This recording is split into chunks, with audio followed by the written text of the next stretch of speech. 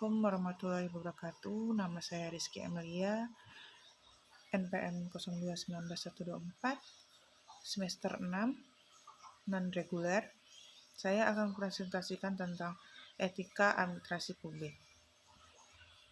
Selanjutnya, definisi. Etika dari bahasa Yunani, ethos artinya kebiasaan atau watak. Moral dari bahasa Latin mos jamak mores, artinya cara hidup atau kebiasaan adat. Norma dalam bahasa Inggris, norma berarti aturan atau kaidah.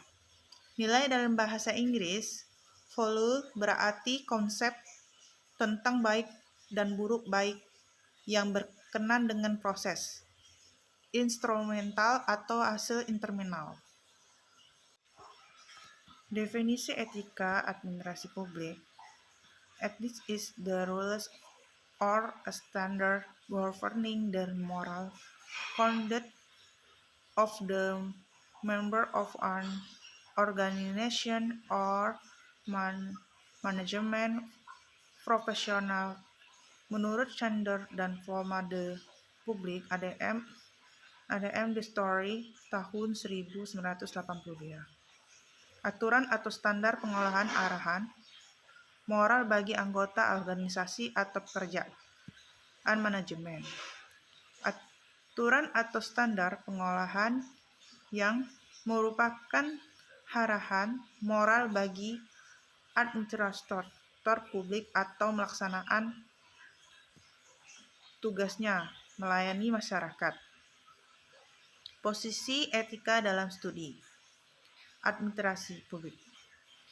Teori administrasi publik klasik menurut Fleishman-Member, Gulick, Orwig kurang memberikan tempat pada pemilihan moral, etika. Kebutuhan moral administrator hanyalah keharusan untuk menjalankan tugas hari-hari secara efisien. Dengan diskresi yang dimiliki administrator publik tidak hanya harus efisien, tapi juga harus dapat mendefinisikan kepentingan publik, barang publik, dan menentukan pemilihan kebijakan atau tindakan secara bertanggung jawab. Hukum dan etika keduanya mengatur perilaku individu. Terdapat perbedaan legalitas tidak selalu berarti tidak etis. Hukum bersifat eksternal dan dapat ditegakkan tanpa melibatkan perasaan atau kepercayaan orang. Sasaran hukum, sementara etika bersifat internal, subjektif, digerakkan oleh keyakinan dan kesadaran individu. Hukum dalam konteks administrasi adalah soal pemberian otoritas atau instrumen kekuasaan. Basis dari hukum adalah etika, dan ketika hukum diterapkan harus dikembalikan pada prinsip-prinsip etika. Banyak kasus secara hukum dibenarkan tapi secara etika dipermasalahkan. Tren anak politisi yang jadi calon anggota legislatif. Next, debat Herman Wiener vs. Charlie Friedrich Wiener tahun 1936 untuk menjamin birokrasi yang bertanggung jawab. Yang diperlukan adalah penegakan sistem kontrol melalui undang-undang dan peraturan yang dapat mendisiplinkan para pelanggar hukum. Friedrich tahun 1940, Birokrasi yang bertanggung jawab hanya bisa ditegakkan dengan meseleksi orang yang benar, dengan kriteria profesionalisme yang jelas dan mensosialisasikan ke dalam nilai-nilai melayani publik. Perilaku tidak etis di birokrasi pemerintah bohong. Kenapa? Publik, korupsi, kolusi, nepotisme, melanggar nilai-nilai publik.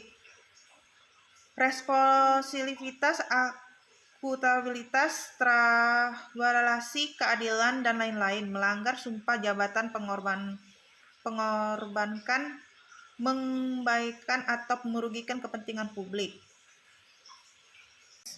Etika profesi nilai benar, salah, dan baik buruk yang terkait dengan pekerjaan profesional.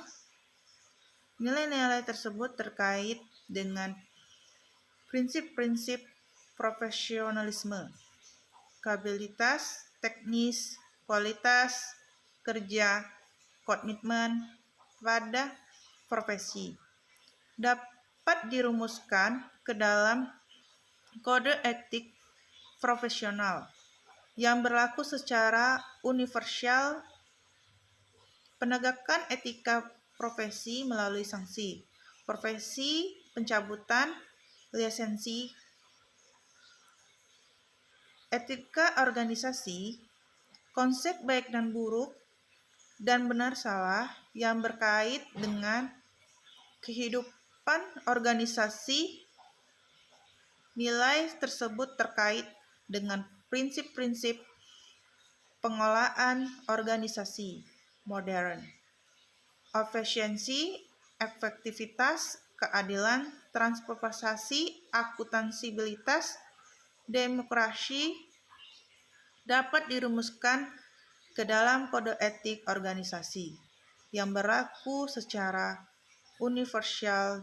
Dalam praktek penegakan kode etik organisasi dipengaruhi oleh kepentingan sempit organisasi, kepentingan birokrat, atau kepentingan politik dari politisi yang membawahi birokrat. Penegakan etika organisasi melalui sanksi organisasi. Sekian dan terima kasih presentasi saya. Assalamualaikum warahmatullahi wabarakatuh.